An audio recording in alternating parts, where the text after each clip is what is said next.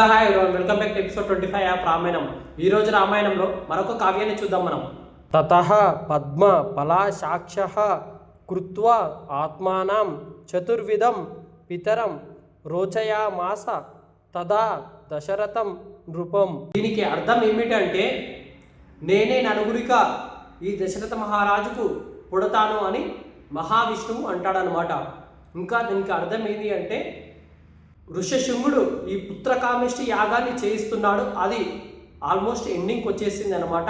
అప్పుడు ఆ యజ్ఞగుండంలోంచి ఒక దివ్యమైన నల్లని ఎర్రని వస్త్రములతో ధరించిన వాడైన ఒక మహాపురుషుడు బయటికి వస్తాడనమాట.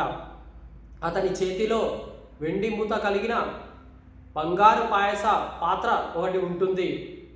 అప్పుడు దశరథ మహారాజు ఆయనకి నమస్కారం చేసి, ఓ మహాపురుష, నేను మీకు ఏం చేయగలను అని అడుగుతాడనమాట.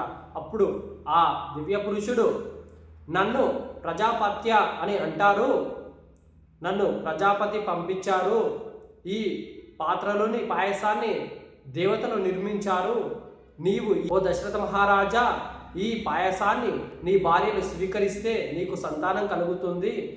ఈ పాయసాన్ని తీసుకోవడం వల్ల మీ రాజ్యంలో ఎప్పుడు ధనధాన్యాలతో సంతోషంగా ఉంటారు, ఆరోగ్యంతో ఎప్పుడు కలకలలాడుతూ ఉంటుంది నీ రాజ్యం అని అంటాడు.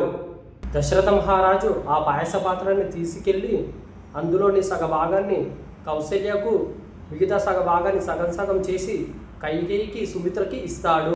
Please wait for next episode.